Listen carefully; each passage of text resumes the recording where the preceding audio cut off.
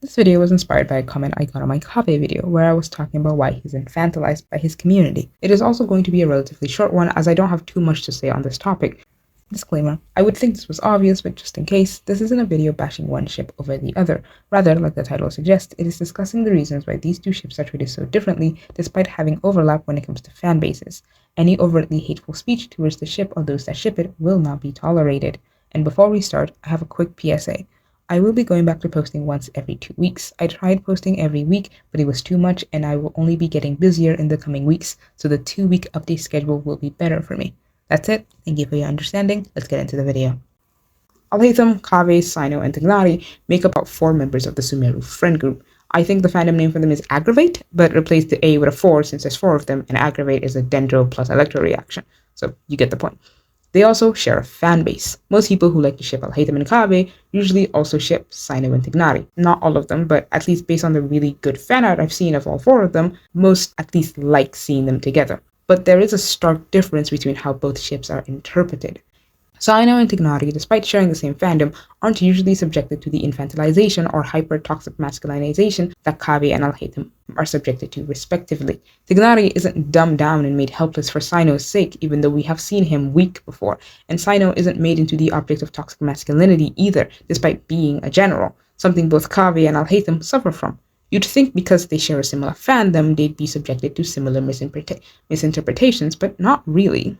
This isn't to imply that Cyno and Tighnari aren't on the receiving end of some very interesting takes about their personalities and relationships, but rather they don't suffer from these specific form of misconceptions. At least I have never seen it. Again, this fandom is very big, so it is possible that it does exist in some corner of the internet somewhere.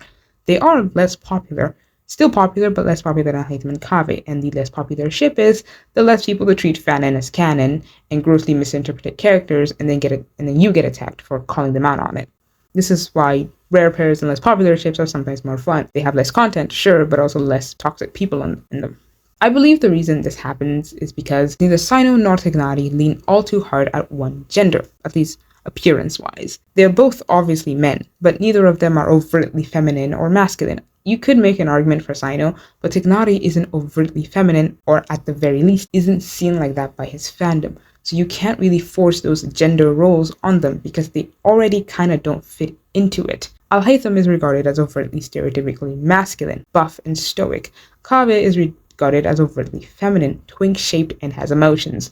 Dumb reasons, but that's the world we live in. Cyno and Tighnari, however, because they don't lean too hard into either feminine or masculine stereotypes, rarely get treated as such. Cyno and Tighnari also feel more fleshed out than Al-Haitham and Kaveh to me when it comes to their range of emotions. I could also be misremembering Sumeru. Tighnari is shown being kind and caring, but he's also strict and sassy at times. His perseverance doesn't make him immune to being shown in a weakened state. Cyno is really serious about his job and keeping those around him safe, but he's also shown to be silly with his immense love for the TCG and making bad jokes. Sometimes a bit too much to the point where that's all he's known for in the community. That's a conversation for another video. Not only do their design not lean too much into certain gender stereotypes, neither do their personalities.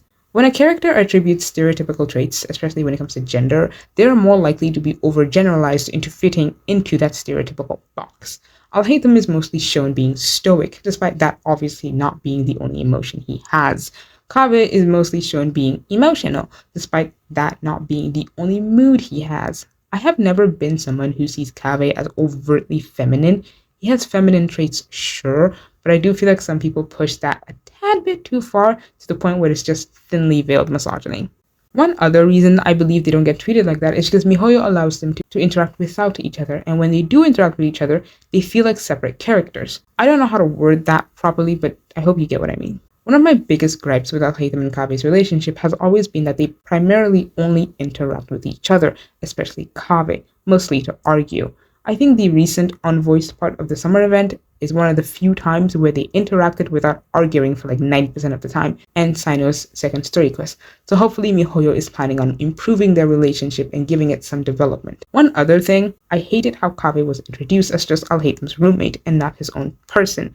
I would have preferred that we figured that out on our own. He's very bad at hiding it. I'm sure the Traveler would have figured out eventually anyways. After getting to know him, like we got to know literally everyone else in the Sumeru cast. Don't take this as me saying I hate them interacting with each other, but come on, there are other people in Sumeru. I want to see Nilou and Kaveh interact so bad. They're both artists. I want to see Al-Haitham interact with, like, I don't know, Nahida or something. Al-Haytham's interactions aren't as bad because most of the time he is actually allowed to interact with other characters. My primary gripe is with who Kaveh is allowed to interact with, and it's almost always Al-Haytham. There are other characters he can interact with. He's a very decently sociable human being. He's also relatively likable, so I don't know why he doesn't go around talking to other people. Whenever whoever has their heart set on a certain pairing, they sometimes just don't let them interact with anyone else, which just makes for wasted potential. But wasted potential has kind of been Genshin's motto for character writing for a while now, so that's not too surprising. An example of this would Tighnari was in Emily's story quest, and guess what? No Cyno. Even Kole showed up, but no Cyno. They're allowed to exist outside of each other, interact with other characters without the others showing up in one shape or form. And I get that maybe MiHoYo just really likes their pairing. Like I said, whenever they get attached to a certain pairing, they have a habit of shoving them down our throats. We haven't gotten one for Nalan yet. I would like to keep it that way. MiHoYo, if you're watching this, they're not. Can we have some Beidou and Ningguang interactions instead? Like, if you're going to push a certain pairing down our throats, can it be them? I would gladly let you shove them down my throat. That came out wrong, but you get what I mean. Maybe Dilu, Kaya, and Jean instead. They were like childhood friends, weren't there? Explore that dynamic. Or Shao with the other Adepti for more than 5 minutes. Or Shao with Hilan. Please and thank you. Character interactions in Genshin have been getting better, like a lot of the things in Genshin recently, but can they go back and either improve older character relationships or explore some new ones with them? If you don't want to give me Beidou and Ningguang, fine. Give me Diluc and Kaya instead. Those two brothers need to suck it up and make up. Anyways, what are your thoughts on this? Like I said, I'm going to be busy for the next few weeks, but I will try to reply to your comments. Thank you for almost 700 subscribers. Check out my Ito video where I clear up some misconceptions about the one and only Arataki Ito. That is all I have for today. Subscribe and see you whenever.